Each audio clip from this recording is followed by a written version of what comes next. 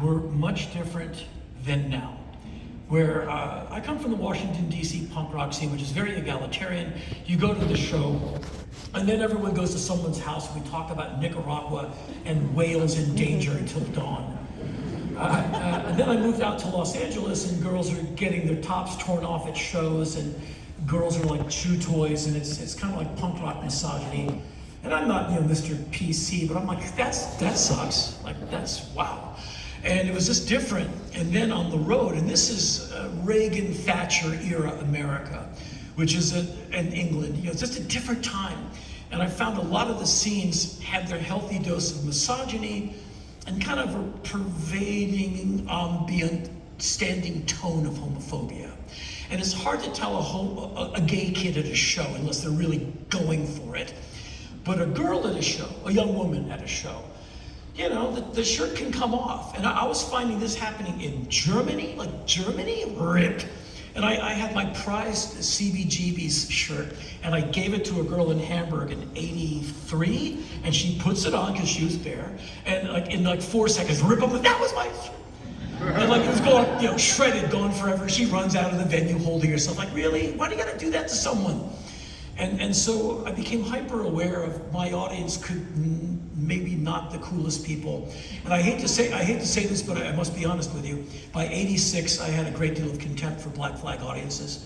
Orlando, Florida, not the worst place to be, but you walk out on stage and 9 guys are Sieg-Heiling you.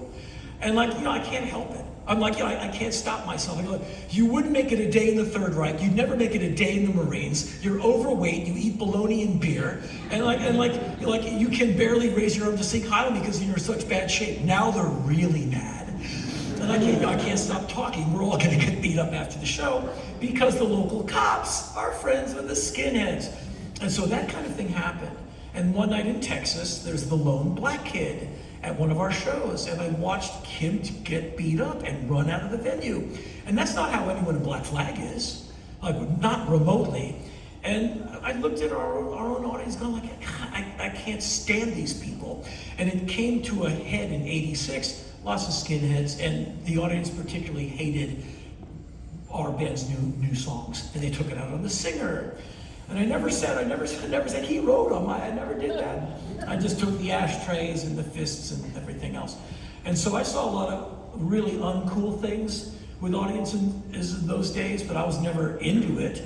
And it was regrettable. You're a young person, and at this point I'm a little older than the audience. I'm in my 20s, but the audience are late teens, early 20s. I'm 25 in '86. I'm like, your enemy is the man. Your enemy is cops. Law enforcement, preachers who hate gay people. Your uncle's gay, you're gay. What are you beating people up for? These are your allies. And this band is the insignia on your shield. This should be a kind of a kumbaya moment here, because we are the ones who are gonna change anything. Anything good's gonna come from none of us beating each other up. And it really bugged me, and I'm not thinking on this level exactly. This is a real street version. And you go to Texas, there's 3 Hispanic kids. What are you beating up this Hispanic kid? You're racist? That's my dad, certainly, but you didn't expect to hear it from a guy wearing a Clash shirt. It doesn't make sense. Joe Strummer's not that way. And so things got better. And by '87, I had my own band. And that racism stuff, I think there's still that component, but they didn't want to pay the $9.50 to come see me play. And so that kind of thing went away. In Ian's world, those guys kept coming. Because he's probably more lower to the ground. $5, right? Yeah, and so I'm charging real money. Ian is, and for $5 he'll come and beat up the kids at the show. For $9.50 you'll go drink beer in the parking lot and beat the singer up when he's loading out the gear at the end. Anyway, that kind of went away for me. And I just moved to Nashville, Tennessee a few years ago from 40 years of living in Los Angeles. And I go to gigs all the time, and I love being the oldest guy at the show. And I stand at the back so the whippersnappers don't run by and break my hip. But and the shows I go to in Nashville, it's just kind of a punk rock love fest. The people are great there. The punk shows I went to were I go see the OCs and Ty Segall. I don't know if they're punk, but they're really good. You go to their shows, and it's 900 people. The place is packed, and there's the gay kids making out. Great, and no one's like, what's up with that? no one's beating each other up. Like, no one is hitting each other. Zero. And I'm like, finally, now maybe we can make the century end better than it began. Because how I came up was like, you're just gonna get arrested. You're gonna do time. You know, you're gonna OD. Like, why do you make it so easy for these people to keep you off the grid?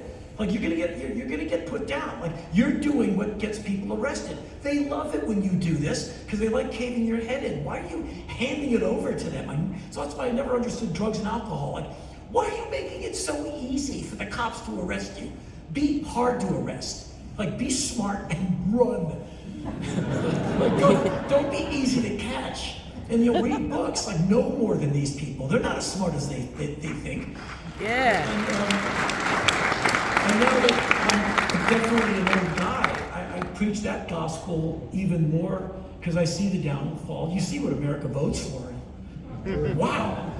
And my hope is always generational. Like, these young kids, they won't fall for it. Because, my dad wanted me to be a happy, racist, homophobe, misogynist, and I'm not. And he was a PhD, smart guy, but mean and a moral coward.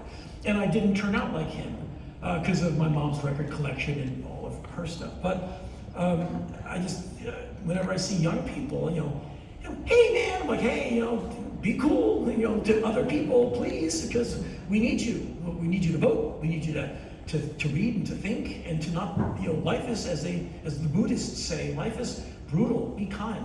It's perfect, not wisdom.